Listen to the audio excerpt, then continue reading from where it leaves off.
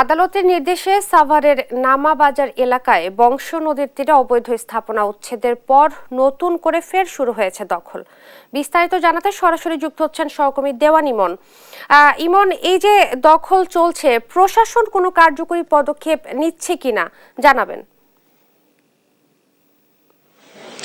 ইশরাত, আমি এখন যেখানে রয়েছি, আপনি আমার পেছনে যে দৃশ্যটি, এই দৃশ্যটি দেখে মনে করতে পারেন যে এটি কোনো বাজারের মাঝে আমি দাঁড়িয়ে আছি। আদতে এটি বাজারের মাঝেই রয়েছি, তবে এই সম্পূর্ণ জায়গাটি কিন্তু বংশী নদীর। আপনাকে যদি একটু দেখাই যে এই যে সারি সারি যে দোকানপাটগুলো দেখছেন, টিন শেডের যে দোকানগুলো, এই সবগুলো দোকানই কিন্তু নদীর যে জায়গা সেটি দখল করে কিন্তু গড়ে উঠেছে।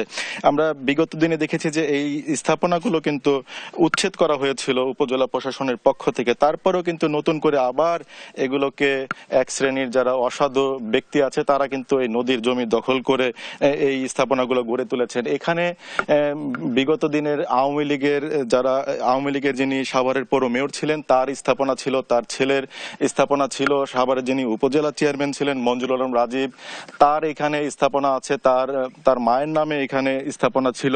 তো সবগুলো বিষয় যদি আপনাদেরকে একটু দেখাই, যে পাশেই কিন্তু বংশী নদী, এই নদীর পাশে চিরেই কিন্তু এভাবে গড়ে ওঠা হয়েছে। বিগত দিনে অর্থাৎ 2022 সালের 28 থেকে 31 অক্টোবর পর্যন্ত কিন্তু এইখানে উচ্ছেদ অভিযান পরিচালনা করে উপজেলা প্রশাসন।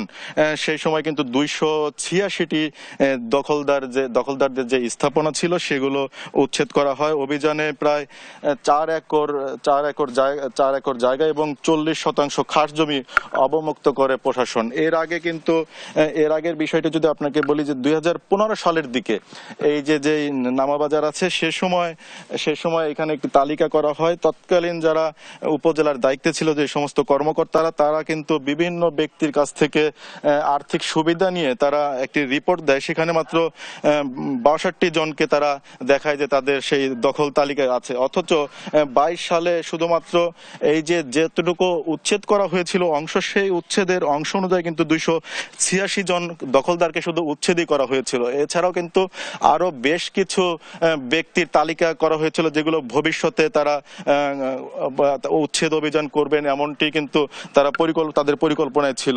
এছাড়া এই যে এর আগে যিনি সাভারের ইওনোর দায়িত্বে ছিলেন, তিনি এই অভিযান পরিচালনা করতে বিলম্ব করার কারণে তাকে আদালত থেকে শোকজ করা হয়। তারপরে কিন্তু তিনি তড়িঘড়ি করে এই যে সাভারের নামাবাজারে তারা উচ্ছেদ অভিযান চালান। কিন্তু উচ্ছেদ অভিযান চালানোর পরেও দেখেন যে এই যে এখন যে অন্তর্বর্তীকালীন সরকার আছে, এই সরকারের সময় কিন্তু এই যে স্থাপনাগুলো কিন্তু গড়ে উঠছে। কারা গড়ে তুলছে? আমরা কিছুক্ষণ আগে এখানে যারা ব্যবসায়ী আছেন তাদের সাথে কথা বললাম, তারা বলল যে বিগত দিনে যে সমস্ত দোকানগুলো, এগুলো তারা আওয়ামী লীগের যারা নেতাকর্মী ছিলেন তাদেরকে ম্যানেজ করে, তাদেরকে আর্থিক সুবিধা দিয়ে, তাদের ক্ষমতার প্রভাবে কিন্তু তারা এই যে দোকানপাটগুলো করছেন, এবং এখন যারা রাজনৈতিক মহল আছেন তাদেরকে ম্যানেজ করে নতুন নতুন স্থাপনা, আমার পেছনেই যে দৃশ্যগুলো দেখছেন, সেগুলো কিন্তু এখন নতুন করে গড়ে তোলা হচ্ছে। আমি কিছুক্ষণ আগে এখানকার যিনি ইওনো আছেন তার সাথে কথা বলেছি। তিনি যেমনটি বলছেন যে আগামীতে তাদের যে উচ্ছেদ অভিযান সেটি তারা অব্যাহত রাখবেন, পাশাপাশি এই উচ্ছেদের পরে যেন আর কেউ নতুন করে আবার দখল করতে না পারে, সেটির জন্য কিন্তু জেলা প্রশাসকের পক্ষ থেকে একটি কমিটি গঠন করে দেওয়া হবে। তো এই ছিল আমার কাছে নদী দখলের খবর। ধন্যবাদ আপনাকে। সাভারে নদীর তীরে দিনের পর দিন চলছে দখল কার্যক্রম এবং এই ব্যাপারে বিস্তারিত জানাচ্ছিলেন সহকর্মী দেওয়ান ইমন।